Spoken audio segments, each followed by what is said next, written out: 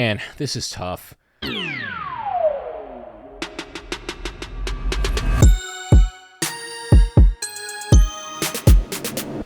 So with the release of Scream 6, there are now 6 total movies in the Scream franchise. So of course, I have to do a ranking of all 6 from the worst to the best. And obviously, this is just my opinion.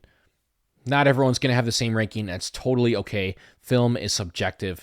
And I'm a massive fan of this franchise. I've said this several times, this is my favorite horror franchise of all time, and one of my favorite franchises just in general of all time. So I'm a Scream fanatic. There's only one movie in this franchise that I don't like, and that is Scream 3, which comes in at number 6.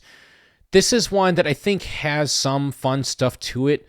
I really enjoy Jennifer Jolie, even though she's kind of a symptom of one of my biggest issues with the movie, which I will get to.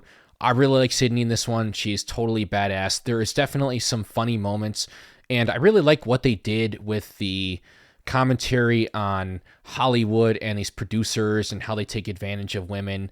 I thought that it was ahead of its time in that regard, and I really feel like they were talking about Harvey Weinstein without actually talking about him. So that element of the movie I really appreciated. However, what I really think holds this movie back is that all of the other Scream movies do such a good job of balancing the horror with the horror satire. I think all the other movies maintain that balance perfectly. This one went way too far in the satire part, way too far into the comedy, to the point where it basically became a parody and felt more like a scary movie. I mean, none of these new characters were even remotely interesting. Jenny McCarthy was awful. The guy that played Tom was awful. I didn't care for any of these people at all. I was even sick of doing Gale and their whole shtick at this point. Their will they, won't they thing got really old. I mean, in all of these movies, Dewey shows up and sees Gale there and he's like, "You're just here for the story, Gale." This is the point where it starts to get old, and they're kind of just stumbling around in this movie. I'm like, all right, I love these characters in the first one, not love them so much in this one. Sydney doesn't really come into play until like the third act, and there are some elements of the third act that I enjoy, like Sydney being badass. I really didn't like the killer reveal in this one.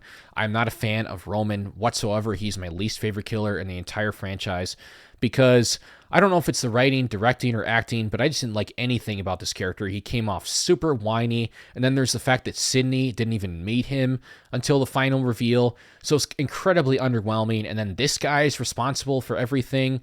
Really, I mean, you make him the mastermind when he is much less intimidating and compelling than Billy and Stu, who were the original two, which were much better characters. So there are so many things about this movie that really didn't work for me. So it's by far and away my least favorite Scream movie. Coming in at number 5 is going to be Scream 2. I like this one, but I've never been quite as high on it as most people. There are certainly things to like about this movie. It definitely maintains the tone and feel and vibe of the first movie, and the whodunit aspect is done really well as well. I like the meta commentary on sequels, and it balances the satire and actual horror really well, just like the first one did. Follows in its footsteps in that aspect perfectly. There are some very intense scenes, particularly the scene in the car with Sydney trying to crawl over Ghostface. One of the most intense scenes in the entire franchise. Some of the new characters I liked. I mean, I thought that Derek was an interesting red herring, and Hallie's a pretty solid new best friend. I actually enjoyed Cece quite a bit, even though she isn't much of a character. I thought that scene was pretty good. Unfortunately, I have quite a few issues with this one as well, and a lot of them came to the forefront on my most recent rewatch. And one of them being, these are not my favorite killers in the franchise, and even though I do enjoy Mickey quite a bit, he disappears for like 45 minutes and then comes back to reveal that he's a killer, which is one of the least surprising killer reveals in the franchise. Then you get Mrs. Loomis, who is surprising, but because she was only in the movie for like 30 seconds prior to that, she was a total non-character pre-reveal, even though I did mostly enjoy her after the reveal. It was maybe a little bit over the top, and the motives were fine, I guess.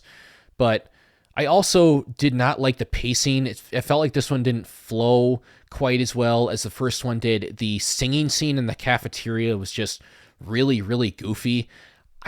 I'm not a massive fan of this opening scene either. I thought that their performances were pretty good from Jada Pinkett Smith and Omar Epps, But I mean, it doesn't really make any sense that the killer is able to know exactly where Omar Epps' ear was to stab him there. That was like quite strange.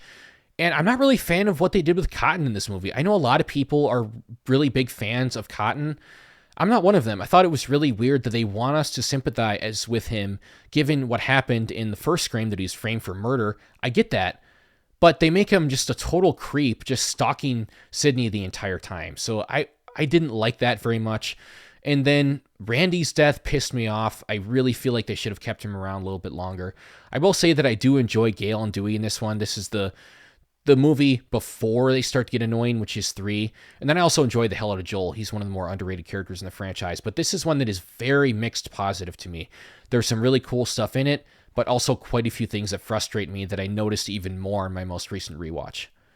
Coming in at number 4 is going to be the New Kid on the Block, Scream 6. This could definitely move up on rewatch. I don't see it going down. This is where I have it right now, and I've only seen it once. But as of right now, I dig this movie quite a bit. I mean, this is a franchise, like I said, that I really like. This one, I think, does phenomenal character work, particularly with the core 4, Melissa Barrera, Jenna Ortega, Mason Gooding, and Jasmine Savoy Brown. I absolutely love what they do with those characters, both separately and together. I think this movie is definitely one of the most intense and thrilling movies in the franchise. Like the subway scene and the ladder scene are both really well done. Definitely the goriest and most brutal movie in the franchise as far as the kills go. And there's some really cool stuff in the third act after the reveal and motive, which is probably, well, aside from Roman, probably my least favorite reveal and motive in the entire franchise. So that brought the movie down quite a bit. And then there's some pretty ridiculous plot armor with some of the characters that annoyed me. And I didn't feel like Gale's inclusion was necessary. I was a bit let down by Kirby in this movie after being so excited to see her again after Scream 4. But this movie definitely does a lot that works for me. Despite my issues with it, I still really dig it, and it definitely could go up on rewatch. Number 3, I have Scream 4. To me, this is definitely the most underappreciated, underrated Scream movie in the franchise. I think that Jill is one of the best killers in the entire franchise. Definitely the most surprising reveal in the entire franchise. I had no clue that it was going to be her.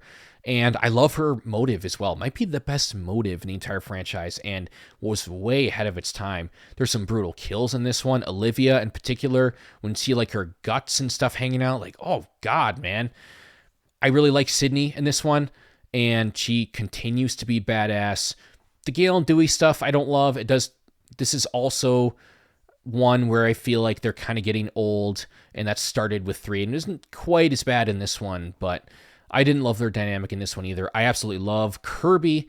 Not a big fan of Charlie as a killer. The filter is weird. I don't understand what they were thinking there, and I also don't feel like they found the balance between the old characters and the new characters as well as they did in Scream 5. Felt like they kind of tried to make it about both of them, but we ended up getting not enough of anyone. But this is one that I really do like. It is quite intense and has one of my favorite killer reveals in the entire franchise. I can watch this one over and over. It's definitely, in my opinion, the most underrated Scream movie. And at number 2 is going to be Scream 2022 or Scream 5 or 5 Cream, whatever you want to call it. I dug this one quite a bit when I first watched it, and it just keeps getting better and better on every rewatch. I love this new cast: Sam, Tara, Mindy, Chad. And I also love the meta commentary in this one. It felt like it had the best meta commentary since the first movie. I love the commentary on requels and the whole speech that Mindy gives. There's some nasty kills in this one as well. Not quite to the same extent as 6, but I think at this time, it was the most brutal movie in the franchise. I mean, Wes's kill just stabs him through the neck. Oh man, that is just gnarly.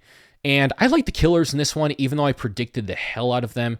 Richie is one of my favorite killers now, and he just keeps moving up my killer list as I rewatch this movie because he's incredibly well fleshed out pre-reveal and really good post-reveal. Amber, not as well fleshed out pre-reveal, but is so great post-reveal, just mainly because of Mikey Madison's performance, who I have a huge crush on, by the way. Super solid alibi, bro. But yeah, this one I dig quite a bit. It has, I mean, there are some plot holes and contrivances, like why was the hospital empty. So there's certain things like that, but I really loved what they did with Dewey in this one, and his death had the impact that I thought it should. Sidney and Gale, their inclusion wasn't necessary, but it also didn't really take away from the movie. So I feel like they struck a better balance in this one between the old characters and the new characters, and this is just endlessly rewatchable. I can watch this one over and over, and I love the soundtrack too, especially the end credit song. This one just has a special place in my heart. But number one is, and probably always will be, the original Scream. I mean, this is one of the best horror movies of all time. It was super creative and fresh and unique when they first came out with it. We had never really seen a movie like this that struck such a perfect balance between real horror and horror satire, where the characters are aware that they're in a horror movie and talking about the rules and stuff. I mean, Randy only gets like 5 or 10 minutes of screen time in this movie. I think it's only like 2 minutes before the third act, and we already came to love him. That proves that it's not necessarily about quantity of screen time, but about quality. And I just love all the characters in this movie. Sidney Prescott is, to me, by far and away the best final girl of all time, and one of my favorite fictional characters of all time. So I think that's what makes these movies, and particularly this first one, stand out as the great characters. It also has definitely 2 of the best killers in the entire franchise. I still think Billy is the GOAT killer. I mean, the way he manipulates Sidney is so damn good, and Skeet Ulrich is perfectly creepy. Lillard just kills it as Stu. He's definitely the best sidekick killer in the entire franchise. The opening scene with Drew Barrymore is probably still the best scene in the entire franchise and will never be surpassed. Just a masterclass in building tension. This one gets better and better for me every time I watch it. I don't think there will ever be another movie like it. Scream is one of a kind and my favorite movie in the entire franchise. One of my favorite horror movies of all time. So there you have it, guys. There's my ranking of all 6 Scream movies from the worst to the best. Like I said, this is just my opinion. I want to see your list, your ranking. Drop a comment below with your ranking, and let's start a conversation. If you enjoyed this video, hit the like button. Likes are so helpful for growing my channel and pushing my videos out to more people. If you enjoy my content in general, subscribe, hit the notification bell to get notified when I post a video. And stay tuned. I got a lot more Scream content coming. I think I want to watch it another time before I do some of these other videos, but I get a lot more coming, so stay tuned for that. I will see you soon.